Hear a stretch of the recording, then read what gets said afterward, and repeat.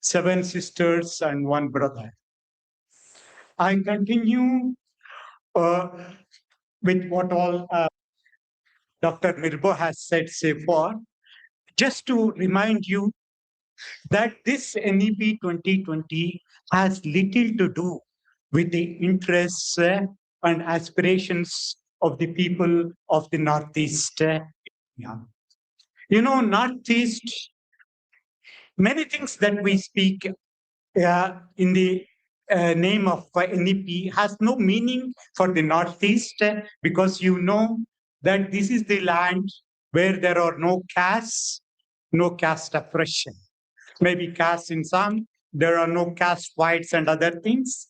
And here, patriarchy is mellowed, women are respected, and you can see that it is the land where people eat both beef and pork without any guilt. Huh? Without any guilt, and we celebrate that. We have the people here celebrate that. And here, this so-called slogan, which NEP wants to promote it directly and indirectly, that is Hindi, Hindustani, or this one, this has no meaning. It has no meaning. No takers in most of the states in Northeast India, barring Assam today. And this land is the most neglected part. You can say it is a backward region in the country inhabited by tribes, mostly tribes.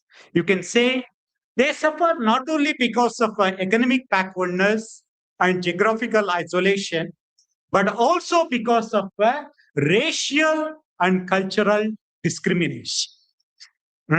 You can see that many of these states are poor. That is what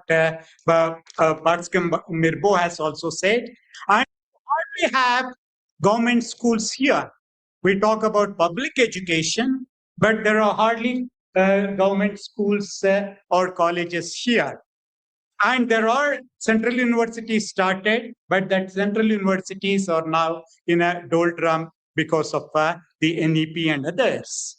So we have most of these colleges are either community colleges or missionary colleges and schools. And the government doesn't have money to sponsor, to facilitate, to help these institutions. So that is why you can see many of these colleges or schools are not able to provide good education. Hence, most of the northeastern states are at the you can say bottom of the education ladder today. So also we can see that this northeast is ecologically vulnerable, and they are facing the problems of floods, deforestation, landslides, pollution of rivers, and earthquakes. So here, environment consciousness is necessary, and education should cater to these essential needs.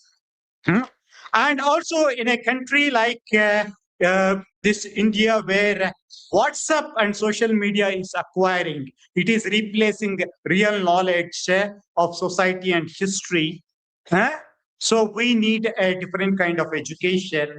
And it is, when we look at it from all these angles, we understood that NEP has no meaning. That's why when we started the movement there against NEP, we thought we are the loners. Nobody will help us and our voice will not be taken seriously. But in course of time, we found that many of the students, local people, and politicians, political parties started identifying with us and supporting our struggle, this one. Because the PEP, when we saw, it represents many of the aspirations of the Northeast and people. It is sensitive to ethnic consideration. It is against racism. It understands that poverty is the basis which has to be eradicated in order to develop this one. And it is there are many aspects of it which are positive, which are useful to the Northeast, and that is the reason why the people, when we took this message of fighting for PEP, more and more people started supporting us.